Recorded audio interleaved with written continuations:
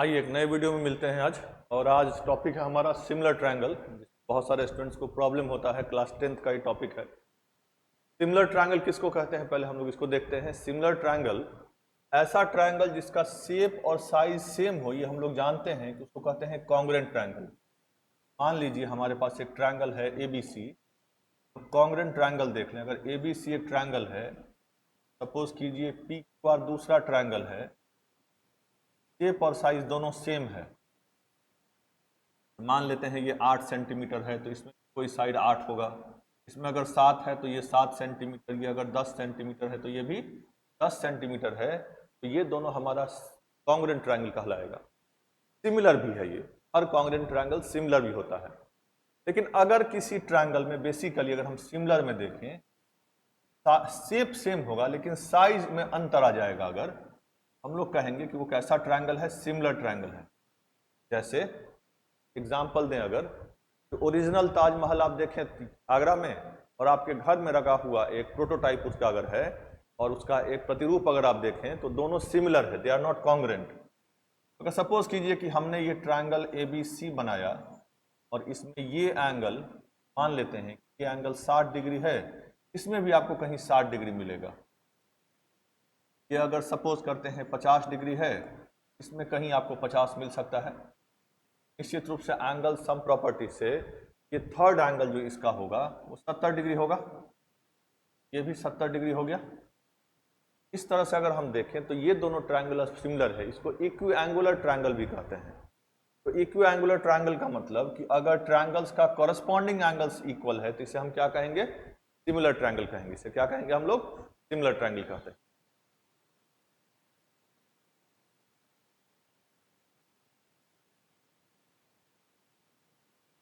तो similar triangle पर based एक हमारा थ्योरम है जिसे हमें पढ़ना है, वो है थेल्स थ्योरम, या उसको BPT, बेसिक प्रोपोर्शनल थ्योरम भी कहते हैं। पहले लिख लें, सिमिलर ट्रायंगल किसे कहते हैं। देखिए, सिमिलर ट्रायंगल्स कहते हैं two triangles are said to be similar, two triangles are said to be similar, are said to be similar if, अगर उसका कॉरस्पॉन्डिंग एंगल्स इक्वल हो जाए, if their corresponding angles are equal, और उसका corresponding sides proportional हो जाए, their corresponding sides उसका proportional हो जाए, if their corresponding sides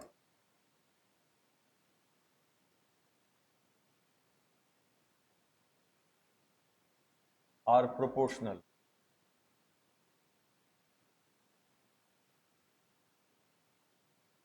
तो मान लेते हैं कि अभी हमने जो बताया, मान लीजिए हमारे पास ये ट्रायंगल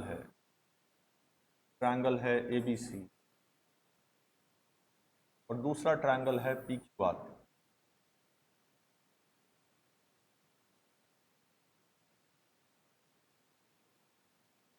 हमने मान लिया कि ये एंगल 50 डिग्री, तो हमने लिया था अभी एग्जाम्पल, ये भी 50 डिग्री। सपोज करें कि 60 डिग्री, यहाँ हम 60 डिग्री ले लें, तो थर्ड एंगल जो हमारा होगा वो बच गया 70 डिग्री, ये यहाँ 70 डिग्री हो जाएगा, 60 डिग्री। तो इस तरह से अगर हम देखें तो ट्रायंगल का नेमिंग अगर हम करें, ट्रायंगल का नाम अगर हम इसका लिखें ABC, तो आपको कॉरस्पॉन्डिंग साइड्स के अलोंग नाम लिखना बस आपको तरीका आना चाहिए। तो इसका बहुत आसान तरीका है, अगर हमने 60 से शुरू किया है तो वहाँ भी हमारा जो एंगल होगा वो उसी वर्टेक्स से शुरू होगा जहाँ 60 डिग्री है। ये अगर हम 50 से शुरू किए हैं यहाँ 60 डिग्री से, तो हमारा 60 यहाँ R है। इसके बाद हम B पर आए जहाँ 50 है, ये RQ होगा, और फिर हम चले गए 70 पर, P इसमें 70 है, इसमें 70 कहाँ बन रहा है, P पर, ये हो जाएगा RQ। और जब हम नेमिंग कर लेंगे तो इसका साइड्स भी हम कॉरस्पॉन्डिंग लिख सकते हैं बहुत आसानी से।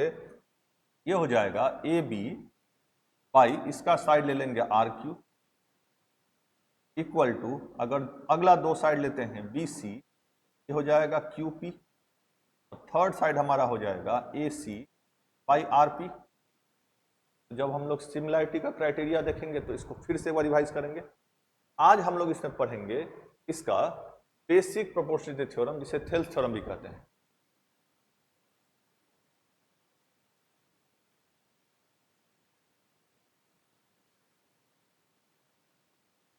आज के वीडियो में हम देखते हैं कि थेल्स थ्योरम कैसे प्रूव किया जाता है। तो चलिए पढ़ लेते हैं थेल्स थ्योरम।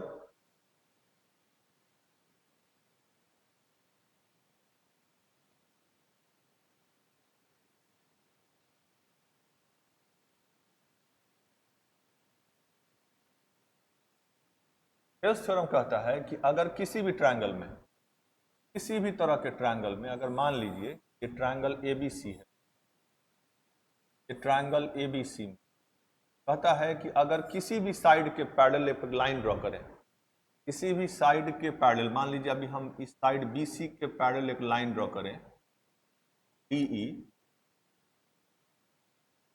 कहता है कि ये पैरेलल लाइन जितनी भी साइड के जाएगा उसके बाकी दो साइड्स को इक्वल रेशियो में डिवाइड करेगा, यानी AD बाई DB का रेशियो वही होगा जो AE बाई EC का रेशियो होगा।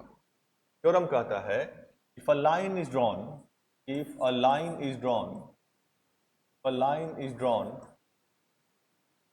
parallel to one side of triangle, to one side of triangle intersect the other two sides, the other two sides in distinct points,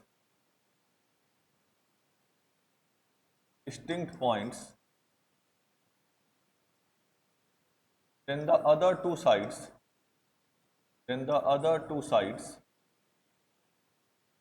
are divided in the same ratio.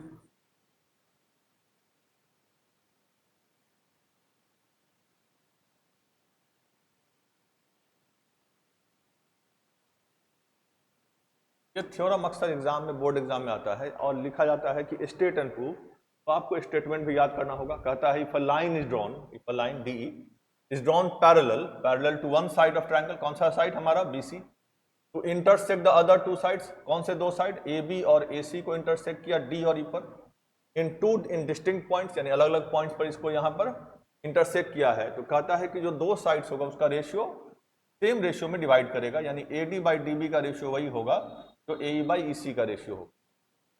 तो हमें यहाँ पर कभी भी exam में अगर आए तो हमें लिखना होगा गिवन, पहले गिवन में लिखेंगे, उसके बाद टू प्रूफ लिखना होगा आपको, फिर अगर कोई कंस्ट्रक्शन होगा तो आपको कंस्ट्रक्शन पार्ट लिखना पड़ता है। तो देखिए गिवन दिया हुआ है a triangle ABC in which DE parallel, ये हमारा दिया हुआ पार्ट है, DE parallel to BC। Proof करना है, to prove in triangle ABC, DE parallel to BC हमें दे दिया है। प्रूफ करना है कि AD बाई DB का रेशियो वही होगा, AD बाई DB का रेशियो वही होगा जो AE बाई EC का रेशियो होगा, तो AE बाई EC का रेशियो होगा। तो हम देखते हैं कैसे बनेगा ये। इसके लिए हमें कंस्ट्रक्शन करना होगा। कंस्ट्रक्शन के लिए क्या करेंगे, D से हम AB पर एक परपेंडिकुलर ड्रॉ करेंगे, इससे हमें AB पर एक परपेंडिकुलर ड्रॉ करना, परपेंडिकुलर ड्रॉ किया, सपोज कीजिए P, और फिर E से हमें E से हमें एक परपेंडिकुलर ड्रॉ करना होगा, और फिर D से भी एक परपेंडिकुलर ड्रॉ करना होगा, हमें इससे एक परपेंडिकुलर ड्रॉ करना होगा।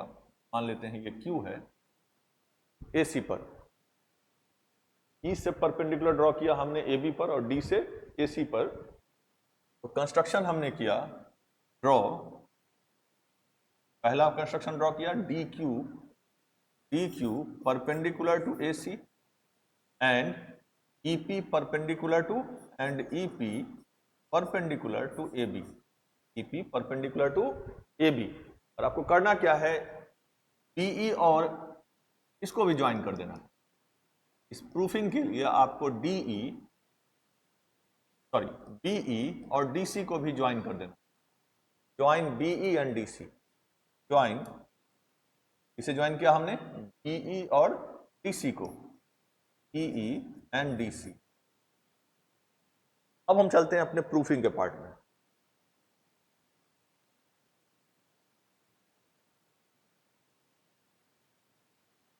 अब इसका प्रूफिंग कैसे होगा, बहुत आसान है। इसका प्रूफिंग एरिया से आता है। तो हम सबसे पहले इस ट्रायंगल ADE का एरिया लेंगे। In triangle ADE, area triangle हम डिवाइड करेंगे area triangle ADE by area triangle DBE। ध्यान से देखिए DBE को, DBE ट्रायंगल पर, यानी बेस हमारा एक बार होगा AD और एक बार बेस हमको लेना है DB, एक बार AD और एक बार DB। कौन से ट्रायंगल में? ADE ट्रायंगल और DBE ट्रायंगल। ध्यान से आप देखें अगर, तो DBE ट्रायंगल को हमें लेना है। तो एरिया ट्रायंगल DBE इसका एरिया होता है हाफ। अगर आप ध्यान से देखें ADE ट्रायंगल को देखें, तो अगर हम बेस AD लेते हैं तो इसका कॉरस्पॉन्डिंग हाइट EP है, कॉरस्पॉन्डिंग हाइट EP है। तो हाफ इंटू बेस इसका अगर हम AD लेते हैं, इसका कॉरस्पॉन्डिंग हाइट EP होगा, बाई हाफ इंटू अगर इसका बेस हम DB लेते हैं, इसका कॉरस्पॉन्डिंग हाइट जो होगा वो EP ही होगा, EB इंटू EP। अब कुछ स्टूडेंट्स को ये हो सकता है कि सर अगर बेस DB है तो ये EP कैसे हो गया? तो क्लास 7th में आप पढ़े हैं, कंस्ट्रक्शन भी आपका है वहां। अगर एक ऑब्ट्यूस एंगल ट्रायंगल हो, कौन सा ट्रायंगल? Obtuse angle triangle. मान लीजिए हमारा, सपोज कीजिए यही ट्रायंगल हम ले लेते हैं, वर्टेक्स D ले लेते हैं, बेस हमारा B है DB और एक पॉइंट हमारा यहाँ E है।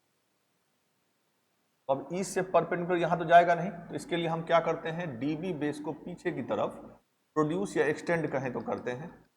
और एक्सटेंड करने पर आप यहाँ कंपास रखते थे का पॉइंट और उसको यहाँ से दो आर्क ड्रॉ करते और इस दोनों पॉइंट को जो M और N आया तो हम लोग बाइसेक करते थे। तो बाइसेक करने पर ये परपेंडिकुलर ड्रॉ होता था, आप याद करें। तो जो ऑब्ट्यूस एंगल ट्रायंगल का परपेंडिकुलर होता है वो बेस से बाहर दिखता है, होता है वो बेस पर ही, लेकिन वो बेस के बाहर दिखता है। ये हो जाएगा half into base into height. तो इसका बेस DB ही है, क्योंकि ये ऑब्ट्यूस एंगल बन रहा है यहाँ, इसलिए इसका परपेंडिकुलर इससे बाहर आएगा, तो ये हो जाएगा EP। अब आप देखें यहाँ तो हाफ कैंसिल हो गया और EP कैंसिल हो गया, तो ये हमारा आ गया AD बाई DB, हमारा आ गया AD बाई DB। ये हमारा पहला इक्वेशन हो गया। अब फिर एक बार आप ध्यान से देखिए, हमने ADE ट्रायंगल लिया है, ADE ट्रायंगल, फिर हम AD ही ट्रायंगल लेंगे, लेकिन बेस इस बार हम AE ले लेंगे। अगेन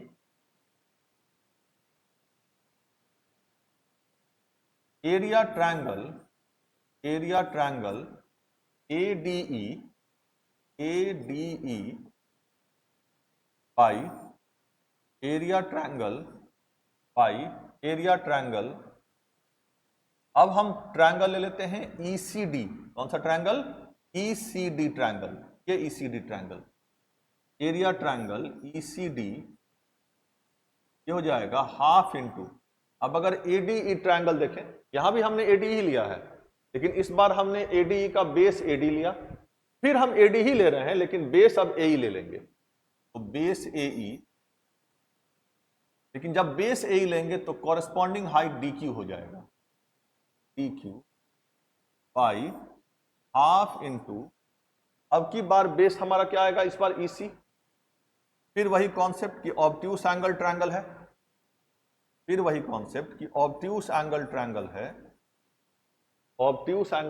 है, तो इसका कॉरस्पॉन्डिंग जो हाइट होगा वो इसके बेस से बाहर दिखेगा आपको, तो कौन सा होगा? DQ। अगर हम DCE ट्रायंगल लेते हैं, DEC ट्रायंगल या ECD जो भी नाम कहें आप, तो अगर हम ट्रायंगल ECD दे रहे हैं, क्योंकि ये ऑब्ट्यूस एंगल ट्रायंगल है तो परपेंडिकुलर इसका बेस से बाहर दिखेगा हमें, ये होगा DQ। फिर DQ कैंसिल हो गया, हाफ कैंसिल हुआ, तो ADE यहां भी है, DBE यहां ECD आ गया सिर्फ। Area triangle ADE by ECD equal to, ये आ गया AE बाई EC। लेकिन अभी हमारे पास न्यूमरेटर इक्वल है, हमारे पास सिर्फ क्या है, ये न्यूमरेटर दोनों में इक्वल है LHS पार्ट का। अगर हम ये प्रूफ कर सकें इसका डिनोमिनेटर भी इक्वल है LHS में, इसका मतलब RHS भी दोनों इक्वल हो जाएगा। इसके लिए क्लास 9th का एक थ्योरम है आपका, इसके लिए क्लास 9th का एक थ्योरम है, उसे हम देख लें जरा एक बार।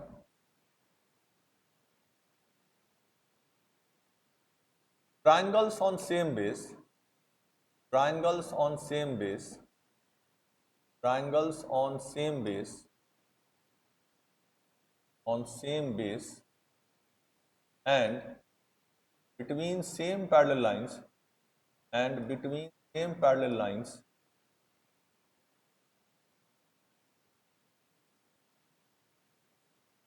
are equal in area, are equal in area।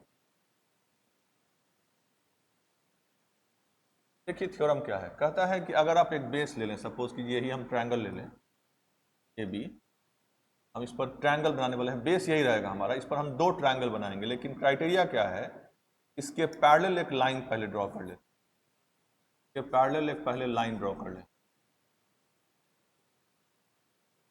ये लाइन ए बी के ये पैरेलल गया है, मान लीजिए एक्स है, ये पैरेलल लाइन जा रहा है इसके।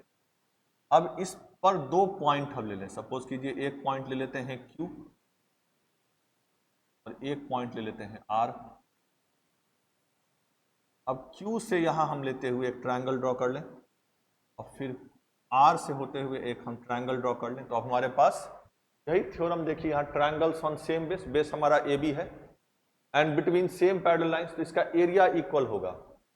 कैसे होगा एरिया, हम जानते हैं, अब देखें, area triangle ABQ equal to हो जाएगा half into base AB into, हम यहां से एक परपेंडिकुलर ड्रॉ कर लेते हैं, तो रखते हैं H1 और यहां भी एक परपेंडिकुलर ड्रॉ कर लेते हैं, जो हो गया H2। तो हाफ इंटू AB इंटू, यानी ABQ का एरिया होगा half into base AB into height H1, तो हाइट H1। इसी तरह से एरिया ट्रायंगल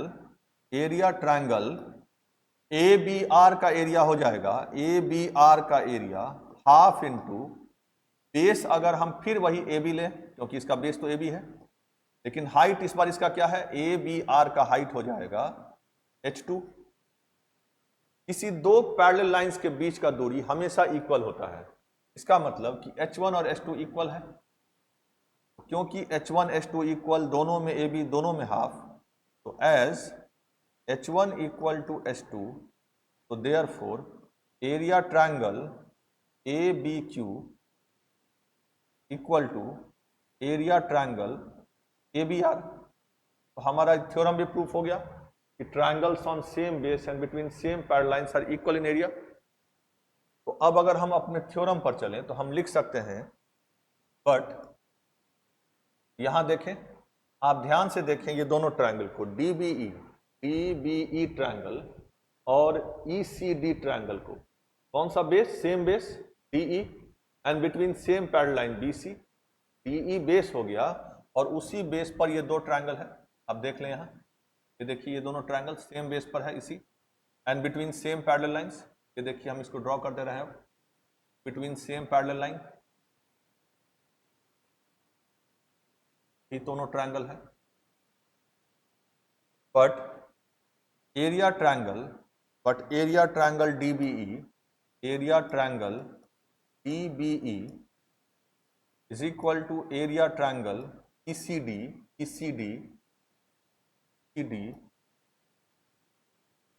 थ्योरम लिखना होगा, triangles on same base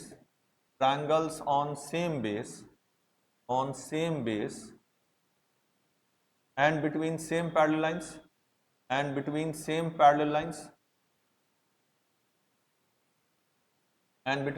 parallel lines, तो दोनों ट्रायंगल इक्वल हो गया। तो अगर ये हमारा पहला इक्वेशन था, ये अगर हमारा दूसरा equation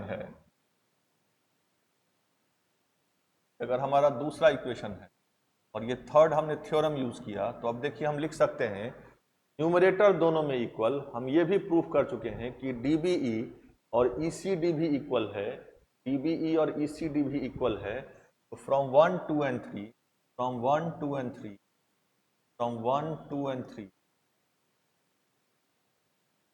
AD by DB, AD by DB,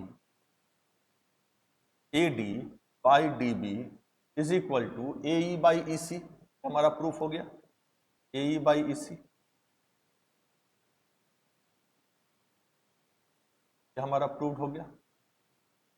आता है एग्जाम में state and proof Thales theorem, तो आपको पूरा ये स्टेटमेंट लिखने के बाद इसको प्रूफ कर देना है। चलिए इसमें एक पार्ट और देखते हैं इसका।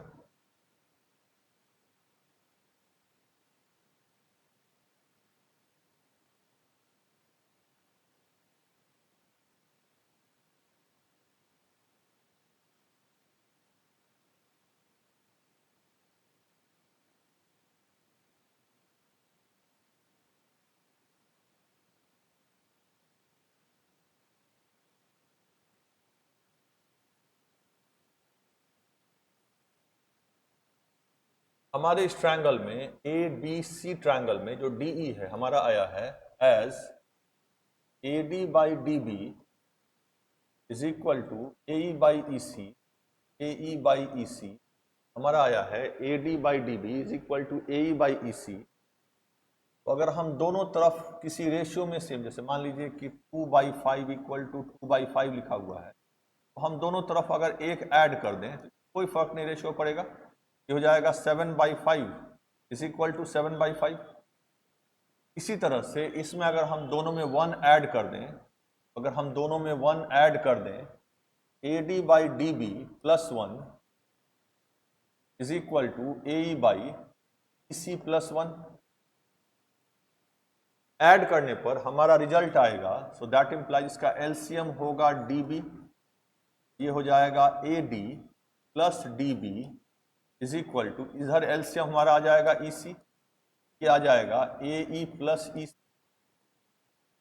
तो that implies AD plus DB देखें आप, AD प्लस DB का लेंथ हो गया AB, तो ये आ जाएगा AB by DB, AB by DB is equal to, इधर AE प्लस EC का लेंथ आ जाएगा AC, AC बाई EC। तो आप इसको याद रख सकते हैं रेशियो को। अगर आप देखें, अगर आप देखें यहां जो हमारे पास ट्रायंगल था, यहां सिंपली अगर हम ट्रायंगल ड्रॉ किए जो हम लोग प्रूफ किए थे, ट्रायंगल ABC ट्रायंगल में जहां हमारे पास D और E था, प्रूफ किया था इसको कि AD by DB is equal to AE by EC। यानी इसको आप याद रख सकते हैं, अगर पैरेलल ये होगा तो upper length by lower length equal to upper length by lower length.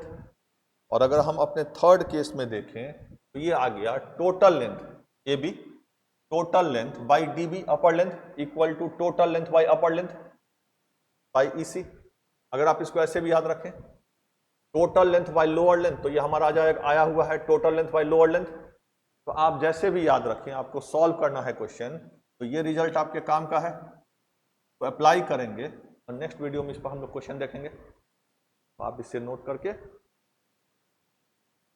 देख लें, ये थ्योरम आता है एग्जाम में।